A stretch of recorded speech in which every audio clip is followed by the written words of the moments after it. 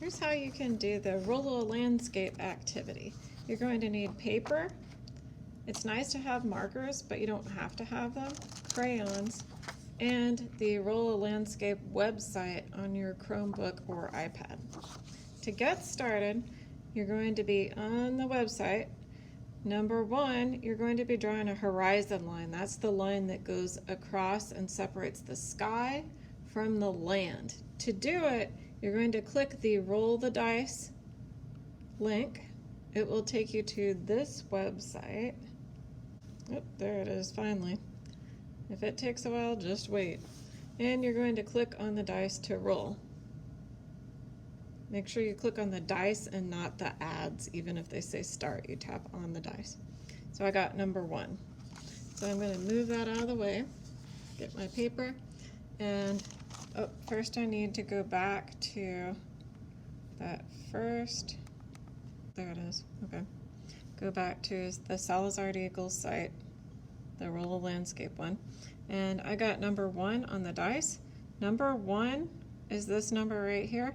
That's the jagged purple line. So I'm gonna grab my markers, and it says draw it with marker at the top all the way across your paper. It doesn't have to be exactly the same. So do you need to freak out if yours does not look just like mine? No, just get the general idea, a jagged line. So I'm gonna start, and this needs to be across the top, and do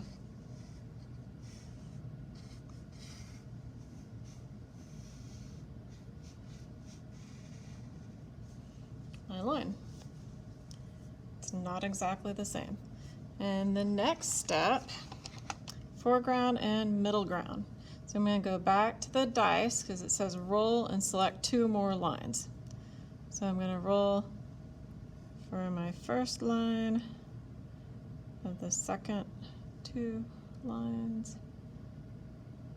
Looks like I got number three. So back to the page. I'm going to check and see which one. Number three is this line right here. It's almost like a bouncing ball. It's that dark blue one. So I'm going to grab my dark blue marker and do a line almost like a bouncing ball.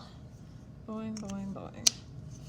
Next, I need to go back to the dice because I was supposed to add two lines, and click on that dice to roll. 5. So back again, find number 5. That's that little wavy light blue line. And I'm gonna grab, I don't want to use blue again. I think I'll use green, light green for this one. It's okay if you don't want to do it exactly the same way they're shown. And I'm gonna draw the wavy line. Now, I'm done with number 1 and number 2. And foreground and middle ground, this is background, right? That's what's the farthest away from the viewer back there. Foreground is what is closest to the viewer in a landscape, and middle ground is what is in the middle, in between the background and the foreground. A little vocabulary lesson. Textures and patterns, that's number 3. So I'm going to roll the dice again to select a pattern, and I will fill in each section using a different pattern. So back to my dice.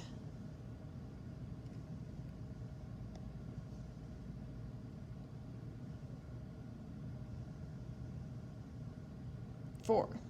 All right, let's see which one number 4 was. Wavy lines. And I'm going to go ahead and do that to fill in the sky up here. So I'm going to use the blue because that just seems like a good sky color.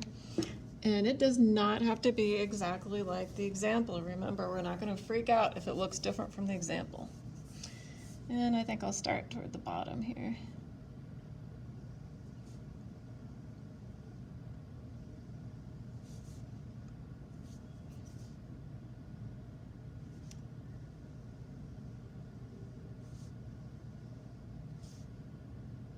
And you will fill up that whole space. Now that would be kind of boring for you to watch me do the whole thing, so I am going to leave just that and I will put it on time lapse later and speed it up. So I'm going to move on to the next section so you can see how I do the next section. Again, get my dice. This is just a fun way to do a landscape. See what you get. You don't have to make the decisions. Looks like number 6 to me. Which pattern is number 6? Little V's, little letter V's. So I'm gonna fill this space, and I think I'll use the purple because the mountains are already purple. You can change it up if you want to though.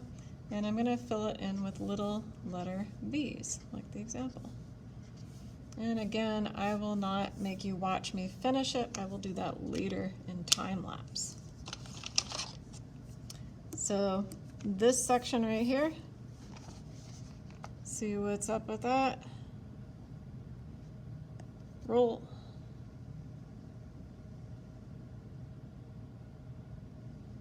Number 3.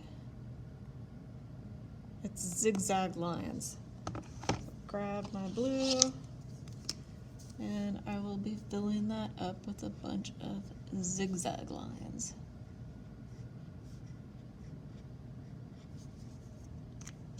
Okay, finish it later. And our last section, the green section at the bottom.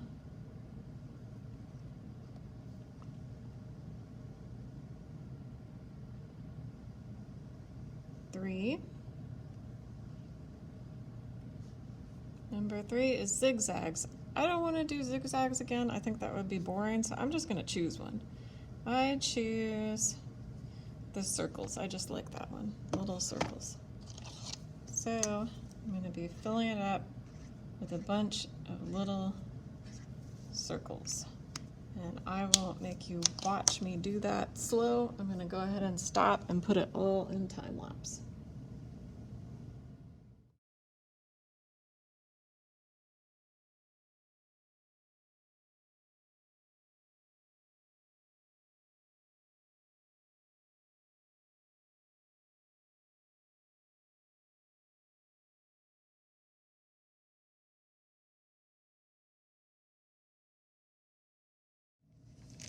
So when you finish with the patterns and marker, then it's time to switch to crayons, and you guys can go ahead and color it in.